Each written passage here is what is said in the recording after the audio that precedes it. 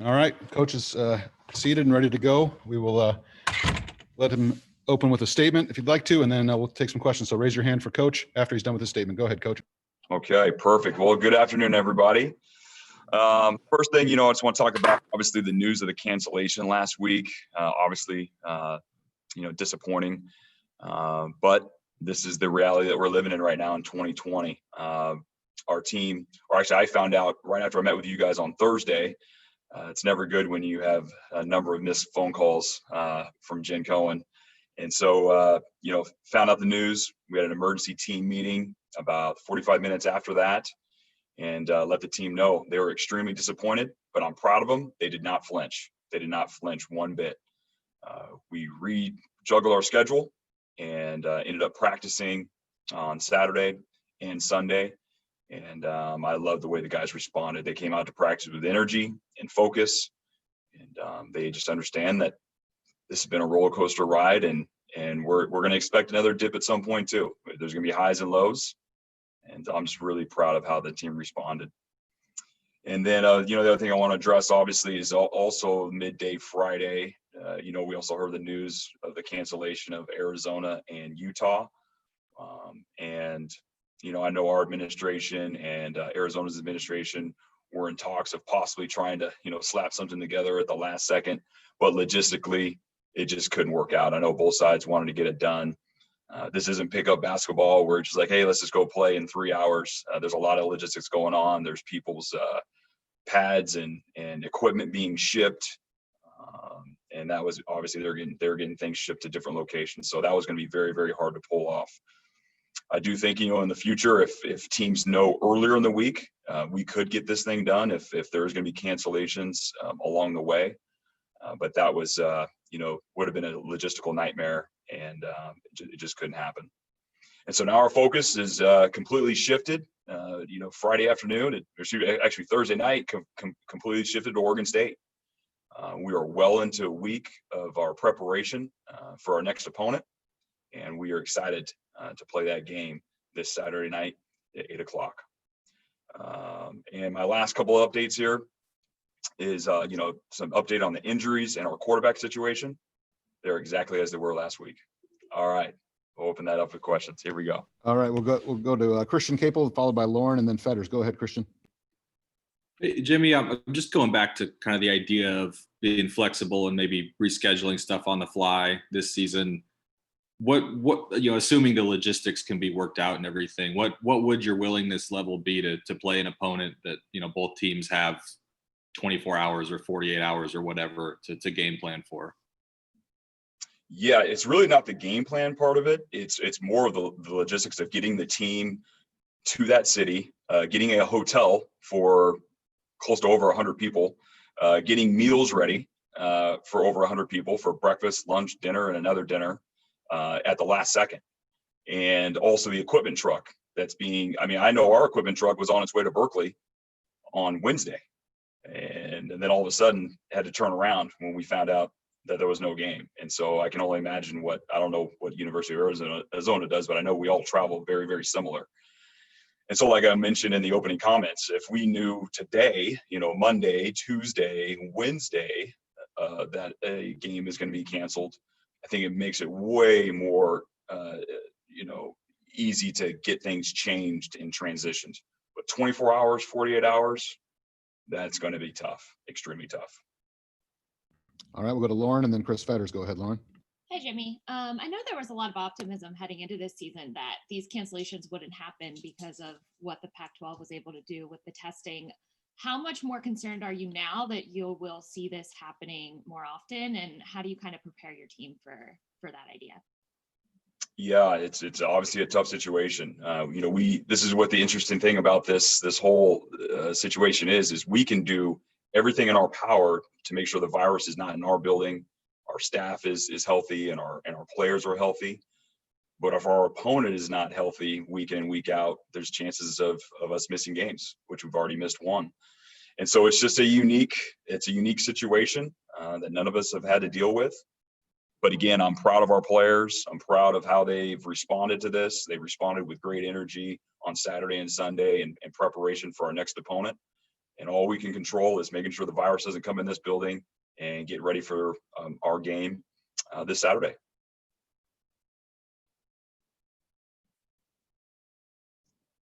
Chris Fetters and then Mike Farrell. Go ahead, Chris. Yeah, Jimmy, obviously the Pac-12 isn't locked into what they're going to do that final weekend of the season, December 19th. Did you guys talk about the possibility of maybe playing Cal then? That hasn't been discussed. The plan from the Pac-12 is going, as you guys know, is that the Pac-12 championship will be the day before, and then they are going to, basically seed the North and the South. The 2 is going to play the 2, the 3 is going to play the 3, and so on and so forth. And so that's currently that is how the schedule is laid out for us and the whole Pac-12. All right, Mike Farrell and then Ruth Robbins. Go ahead, Mike. Yeah, Jimmy, I'm going to ask an actual football question. There Alex, we go. when Alex Cook came, I know that in high school he played a ton both ways. Was there a lot of consideration of bringing him in as a DB? And when he did flip to DB, how instrumental were you in trying to bring him over? Yeah, so that's an awesome question. He was in my office on his recruiting trip when he came to watch a game.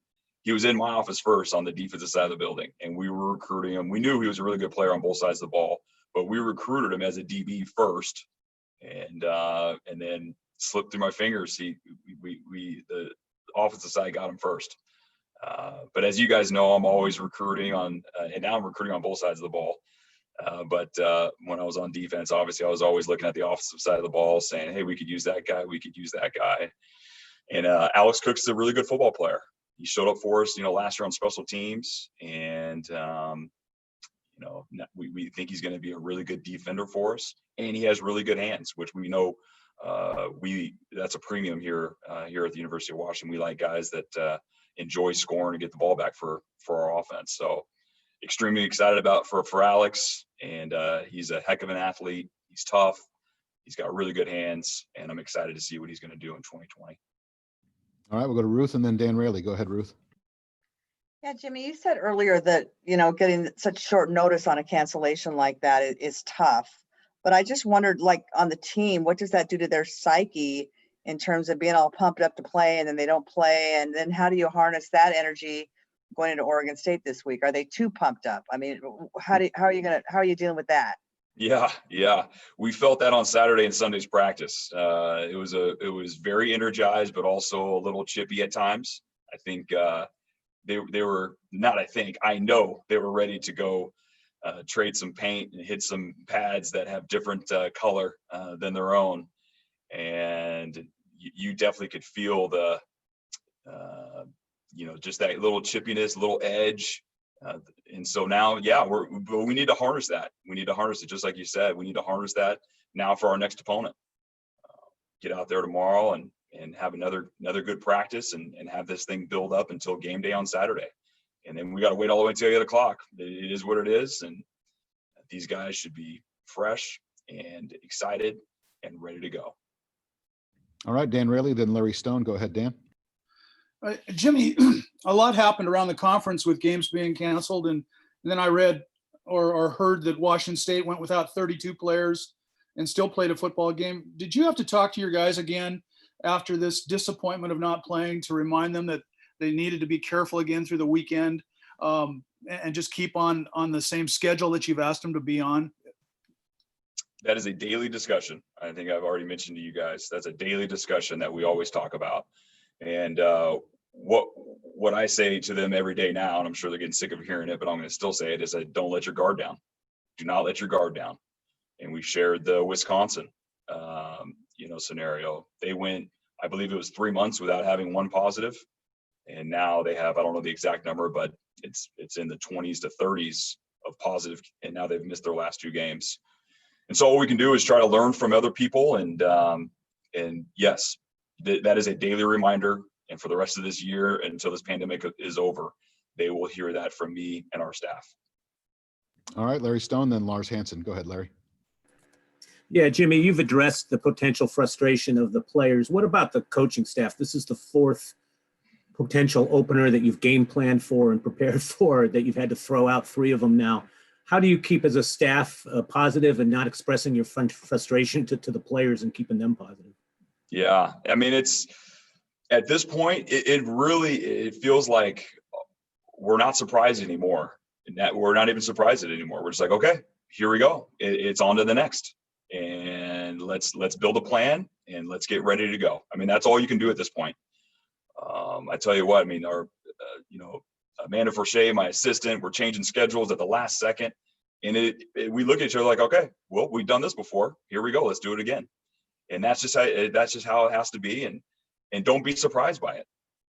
As we sit here right now, the schedule could change by the end of the day, and I will not be surprised. I will not be surprised, and we'll be ready to move on and go. Like we talked about when the pandemic first started, the teams and the staffs that just keep their head down and keep working and grind through this thing are going to be the ones that come out on top successful. There's things we can't control, and the things we can control, like limiting the virus in this building, we're going to continue to try to do that. And then the things we can't control, we can't worry about that. So it's just positive energy forward, and we'll be ready for the next. There's going to be some change in here coming up, and we're going to be ready for it, and we'll deal with it. All right, Lars, then Tim Booth. Lars, go ahead. Hey, Coach. Given that Oregon State played obviously, and you didn't, how much of an advantage is that for you, knowing that, again, they haven't seen the offense, and you now have an entire game to go off of Oregon State?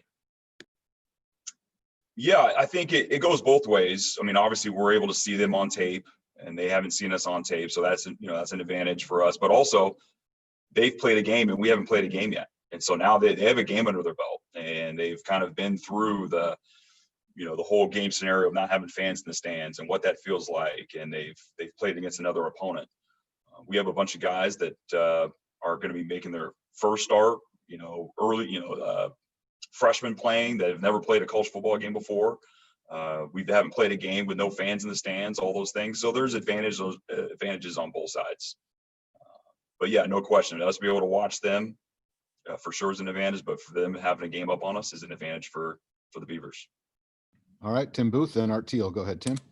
Hey, Jimmy. It's pretty rare during the season that you can just sit back and watch your upcoming opponent on a Saturday night. Did you just sit there and sort of watch it as a fan, and then you start breaking it down the next day, or are you sort of breaking down what Oregon State was doing as you're watching that game on Saturday?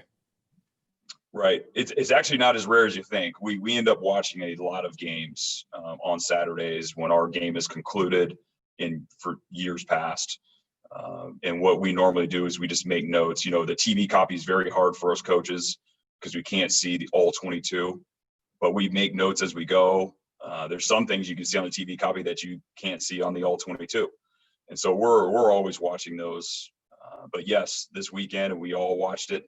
Our players watched it. And as a staff, like we always do, we make notes. And then, of course, we can't wait for the all 22 tape to come in so we can actually sit down and break it down the way we normally would. All right, we'll go to Art Teal, then Masvida. Go ahead, Art. Jimmy, getting back to the WSU situation, they announced after the game that there were 32 absent players, but they didn't disclose why. They didn't say if it was COVID, if it was for sit-outs, injuries, a bus broke down, whatever. I don't expect you to comment on what they did, but what is your obligation as a head coach to report conditions on your roster to first the Pac-12 and then publicly? Right. I only saw the headlines of that. I didn't really dive deep into it, which I'm sure you guys have. But we will report on things that we can report on, and also keeping our players' medical stuff out of the newspaper. And so we don't, if there's something that we can't report on because of their personal info, we're not going to report on it. If there's some things I can share, and I talk to our medical team and I can share it, I'll share it. But is there a public health issue that has to be considered? I mean, if players are positive, this is a big deal beyond competitiveness. Oh, well, yeah. So if any staff or players are positive, they automatically go into quarantine. And so just like, our general population would go into quarantine. But for sure, you guys can be well assured that anybody that's the part of the University of Washington, if they have been infected or contact traced that have been around somebody that has been infected with the coronavirus, they immediately go into quarantine. And so that still does not need to be publicly reported. All right, we'll go to Masvita and then Christian. Go ahead, Mas. Yep. Hey, Jimmy, two quick ones. One, I know there was disappointment. Obviously, you guys not playing. Was there some excitement when you all were watching the Pac-12 play this weekend? Like, you know what? Even though it's not us, there is, you know, the Pac is playing. No question. I was extremely excited that we get the Pac-12 on national TV. I thought that was awesome that 9 a.m. start. Everyone got to see it. I got a lot of text messages from East Coast friends. We're like, hey, we get to watch your games. I think it was huge. And I think it's going to do well for our conference the more we're seen nationally. I think I told you guys before, I lived on the East Coast before, in the late games, the late starts, I fall asleep when I used to live on the East Coast, and I didn't get to watch the Pac-12. And so I think those early games, those mid games, it's good for the conference, and they get to see what big time football is out here out west.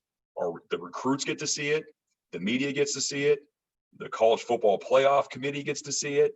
It's good for the Pac-12, and I think the numbers here in the last couple of years, our conference has the third most NFL draft picks of any Power 5 conference. There's only 2 conferences ahead of us. And then here at the University of Washington, of course, we have the most NFL draft picks in the Pac-12 at UW here. So we have really good players. There's really good coaches across the whole Pac-12, and there's really good teams that need to be seen. So yes, I was extremely excited to watch. And just from a learning perspective, when do you all get the 22 film that you're talking about to start, game Saturday? When do you get that film for the next week for the opponent? For sure the next day is when we start watching it and breaking down as coaches. But our video guys, I think they get it probably late that night, I'm guessing, but I don't have that exact time frame. But the next day, it's all ready for us to go and to start breaking down. Thanks. Just point of reference. Thank you. Yep. All right, Christian and then Chris Fetters. Go ahead, Christian. I know a lot of your guys were really impressed 2 years ago with Jamar Jefferson, Oregon State's running back when they came up here. He was banged up last year and probably didn't have the year he wanted, but seems like he's off to a nice start this season. Just what's unique about him as a runner when you watch him? Yeah, another one of those big running backs you guys know I like. He's a big one. He runs powerful. He runs behind his pads, and he's nifty with his feet at that size. Their O-line and their offensive scheme, they do a really good job of covering people up and pushing guys off the ball. He is definitely one of the top running backs in our conference, and the stats show it. And you can just tell he's also going to be a player that he keeps doing what he's doing, and he's going to play at the next level as well. We will have our hands full on Saturday night. He's an excellent football player. All right, Fetters, and then Kim Grinolds. Go ahead, Chris. Yeah, Jimmy, based on the communications that you had with the Cal folks down there when you had heard that there was a possibility things could go south a little bit, I think a lot of fans want to know, could the same thing happen up here in Seattle with King County? Are you aware, like if the same situation happened up here that happened down in Alameda County, could Washington miss up to 2 games? Is that possible given the exact same scenario? From the details that I've heard that happened down there, that would not happen here at the University of Washington. Our medical advisory team's done an amazing job, and our medical team here of just how the contact tracing works and all the protocols that we go through. The exact situation that just happened down there would not happen here at the University of Washington. All right, Kim Grinolds and then Lars Hansen. And after that, hands up, please. Go ahead, Kim. Hey, Jimmy, with no fans in the stadium, can you give us a little bit of an idea of what to expect atmosphere-wise, running out of the tunnel, purple smoke, national anthem, noise, the speakers, and how much of that were you involved with and how much input did you have? Yeah, so we've gone through it 4 times now with our preseason games that we've had. The atmosphere, it's going to be, with some music in between timeouts, TV timeouts, that sort of thing, and then the crowd noise, all the things that the Pac-12 is allowing us to do. Anything pre-game, I'm not really sure of because there's nobody there. We basically be entertaining the officials and the TV crew. But during the game, for sure, there'll be some music, there'll be some crowd noise, and the normal sounds you would hear after scores by the University of Washington, at least, that you'll hear. So we've been through this as a team here, and it's obviously, you cannot replace our amazing fans, but it is what it is in 2020, and we'll have to deal with the atmosphere that we're setting up. All right, the last three questions will be Lars, Chris, and then Ruth. Go ahead, Lars. Hey, Coach. One quarterback I know at least you can talk about, Tristan Geba or Giba. Just thoughts on how he played in his first game for Oregon State. Yeah, talented player. I mean, I remember seeing this player when he was coming up as a recruit, and we saw him a little bit last year. You know, he played sparingly last year. He's athletic. That's the big difference between the quarterback they had last year. Nothing against him. He's obviously a really good player. He's in the NFL now, but he can run. He can run, and he can spin it. He's got good size.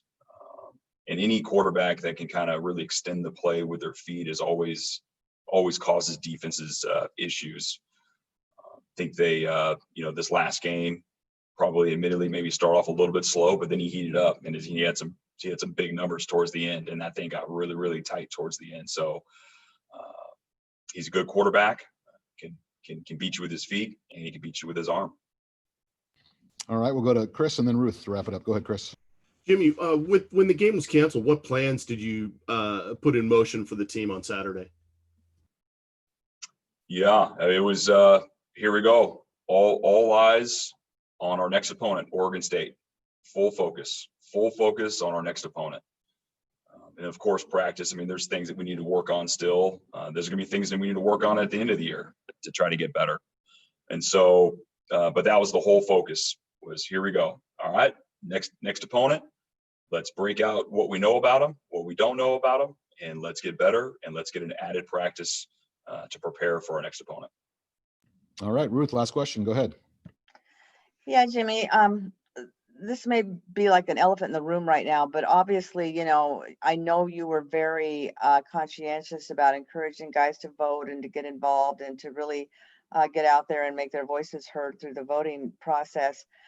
Obviously, things are just a mess, right? And I just wondered, have you talked to the team, or has there been any kind of advice given on how, because obviously, everybody's got different opinions on this, but have you talked to them about staying unified just despite some of the debates that are coming up about this, and people just tensions are just really high, and I just wondered if you've had to address that at all with the team?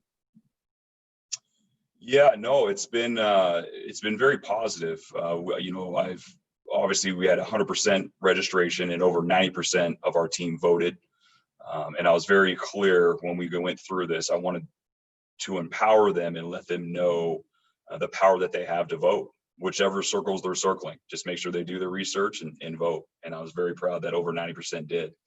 And I think across the country, what you could see is it was one of the highest voting, the people that have registered and participated in years. And so I think that was a huge positive for the United States of America. And I'm just proud of our guys that they participated. And other than that, on our team, everybody sees that the whole country spoke and they all voted, and that's how democracy works. And whoever gets the most votes or the electoral votes wins, and that's how this race ended. So on our team, we've been completely open about it. And everybody understands that we have different opinions on both sides of the aisle. All right. Thank you very much, everybody. Thank you very much, Coach. We'll see everybody again tomorrow. Thank you.